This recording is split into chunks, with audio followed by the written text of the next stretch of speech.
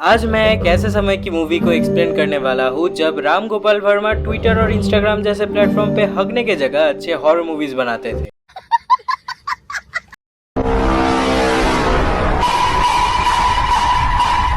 ऐसे तो ये मूवी ज़्यादा डरावनी शरावनी नहीं है, बट बचपन में इसका एक सीन देख के मैंने अपने पैंट पे सुसु कर दिया था।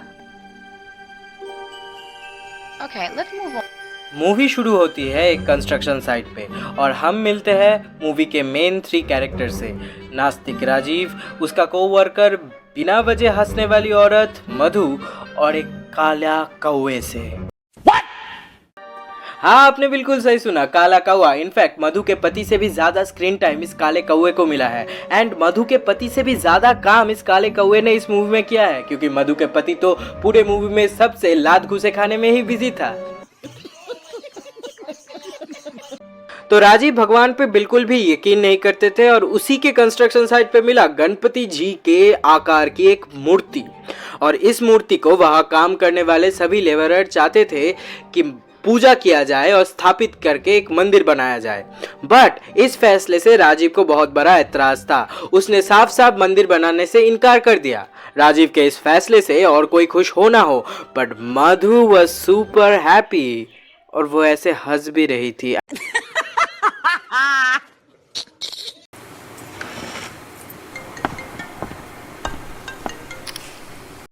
इसके बाद हम राजीव के घर वालों से मिलते हैं। फर्स्ट उसकी बीवी आरती, देन उसके बच्चे रक्षा एंड रोहन, जिसको कुछ समझ में नहीं आता है भगवान, एक कूल दादी और उसके घर पे काम करने वाली लक्ष्मी एंड ड्राइवर मनी से, जो कि बहुत बड़ा नंबर 1 ठड़की था।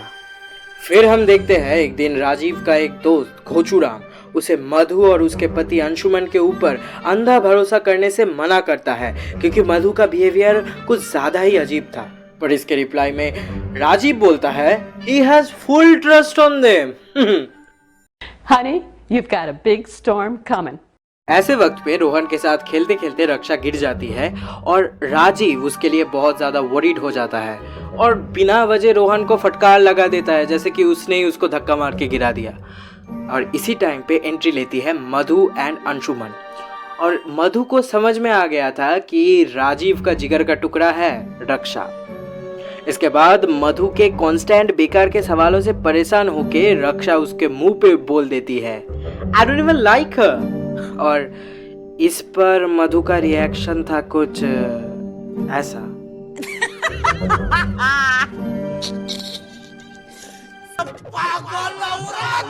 रक्षा की इस बिहेवियर के लिए राजीव उन दोनों से माफी मांगता है और उन दोनों को दिल्ली की आईटी सेक्टर की कॉन्ट्रैक्ट मिलने के खुशी में रखी गई पार्टी में इनवाइट करता है। अब पार्टी में हो जाता है एक बहुत बड़ा धमाका। राजीव का वो फ्रेंड घोचूराम उसे मधु और अंशुमन, जो उसके पीठ के पीछे फ्रॉडगिरी कर रहा था, उसका पर्दाफाश कर देता है और राजीव गुस्से में आके अंशुमन को धक देनी मार देनी खींच के तमाचा के बाद उन दोनों को बहुत ज्यादा जलील और बेइज्जत करके वो घर से निकाल ही रहा था कि तभी मधु गुस्से में चिल्ला उठती है।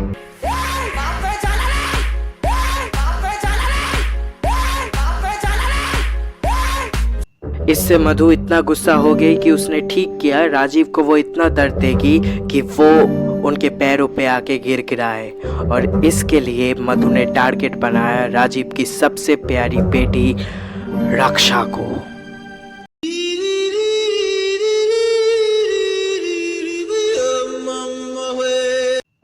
उस पार्टी के कुछ दिन बाद से ही रक्षा कुछ अजीब तरीके की हरकतें करने लगी, जैसे कि घर से बिना किसी को बताए निकल जाना, एक खुले मैदान में खड़े होकर एक कौवे को देखना, कुछ करके वो याद ना रखना। इससे राजीव बहुत परेशान हो जाता है एंड उसे नाइटमेयर्स भी आना शुरू हो जाते हैं, जहाँ पर माया उसे जंप स्केयर भी देती है। ऐसे ही कुछ दिन बीत जाते हैं और उसके बाद एक दिन सुबह लक्ष्मी काम करते करते चिल्ला उठती है।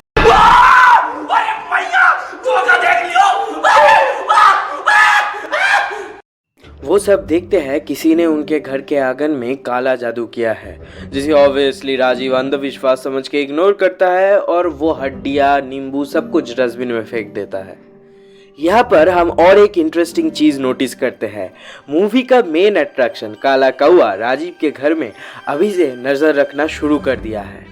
अगले दिन राजीव जब कंस्ट्रक्शन साइट पे जाता है, उसे पता चलता है कि मंदार, जिसको उसने मधु और अंशुमन के जगह पे काम पे रखा था, वो पत्थर के नीचे आके दब के मर गया।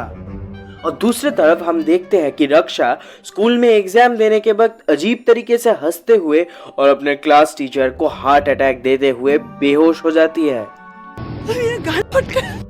रक्षा को डॉक्टर के पास ले जाने पर डॉक्टर राजीव और आरती को बोलते हैं नथिंग टू वरी, वो टेस्ट ना देने के लिए ये सब कर रही थी। बट दादी माँ वो श्योर कि किसी ने रक्षा पे काला जादू किया है। बट बुजुर्ग की बात सुनता ही कौन है। इसके कुछ दिन बाद रक्षा मर्दाना आवाज में बाबा ब्लैक शिप बोल रही थी और चिल्ला भी रही थी।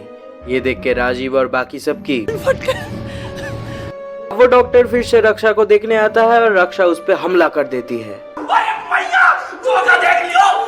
डॉक्टर वहां से भाग जाते हैं और अपने सीनियर डॉक्टर सीमा वालिद को लेके आते हैं, जो तभी के लिए सिचुएशन को संभाल लेती है। बट उससे उनका इतना कॉन्फिडेंस बढ़ जाता है कि अपने हर डायलॉग पे साइंस एंड साइंटिफिक फैक्ट चिल्लाने लगती है।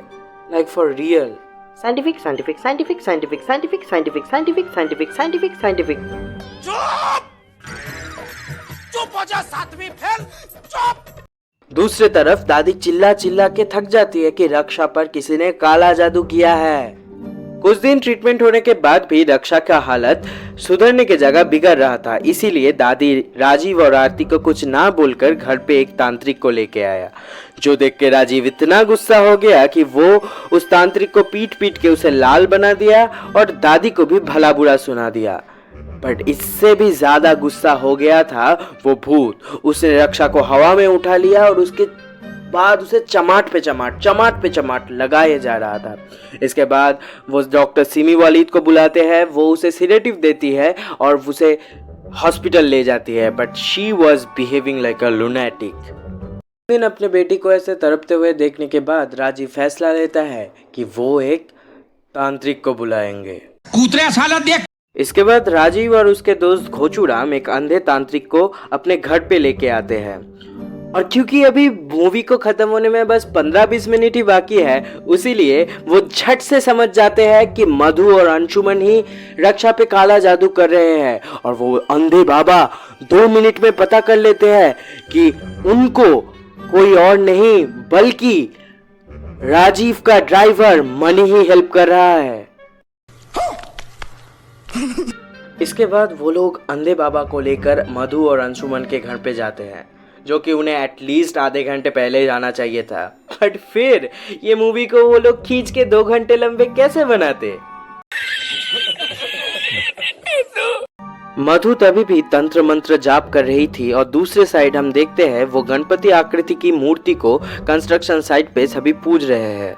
अब मधु के घर में मधु और राजीव का फेस ऑफ होता है और क्लाइमैक्स पर भी अंशुमन सिर्फ एक साइड पे बैठकर कर रहा है। मधु सिर्फ चिल्ला के राजीव को हवा में उठा के दीवार पे पटक दे रही थी और अपने ही हथियार से राजीव को मारने ही जा रही थी कि तभी अंधे बाबा टर्न्स द टेबल। ऊपर चल रहे एक पंखे से मधु का सर धड़ से अलग कर देते हैं।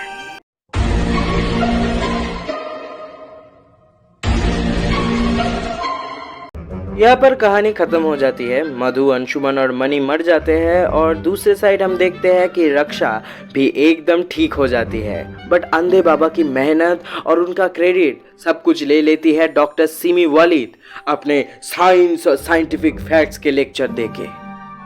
बाय।